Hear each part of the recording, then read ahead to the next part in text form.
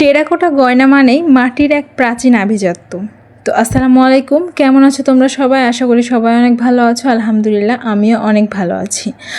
আজ আমি ঠিক করলাম চিরচারিত ছোট ছোট পেন্ডেন্ট না বানিয়ে একদম গলার সাথে লেগে থাকা একজোড়া সুন্দর টেরাকোটা নেকলেস বানানো যায় কিনা। এই ধরনের হারগুলো যখন গলায় পরা হয় তখন তা পুরো সাজের সংজ্ঞাটাই বদলে দেয়। মাটির কাজ তো আসলে ধৈর্যের আর বিশ্বাসের।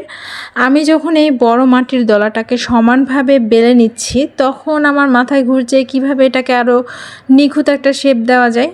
আজকের এই হারটি আমি এমনভাবে তৈরি করেছি যা শাড়ি বা সালোয়ার কামিজ দুটোর সাথে সমানভাবে মানাবে।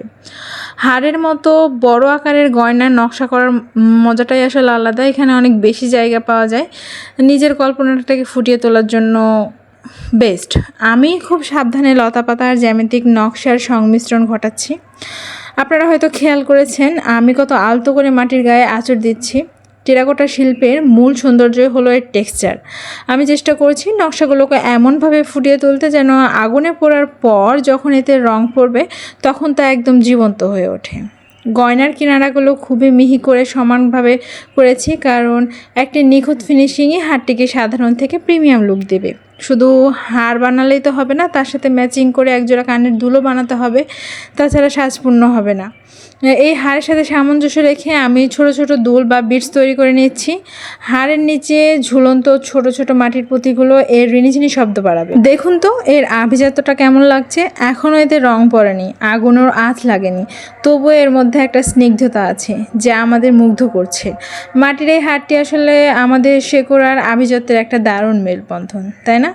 তো আজকে আমার এই ভিডিওটা কেমন লাগলো সবাই অবশ্যই কমেন্টে জানাবেন। আপনাদের কমেন্ট আমার জন্য অনুপ্রেরণা। আপনারা অনেকেই আমাকে জিজ্ঞেস করেন, আপু একটা ভিডিও তো 4 মিনিটেই শেষ হয়ে যায়, কিন্তু একটা শেড বানাতে আসলে কতক্ষণ সময় লাগে?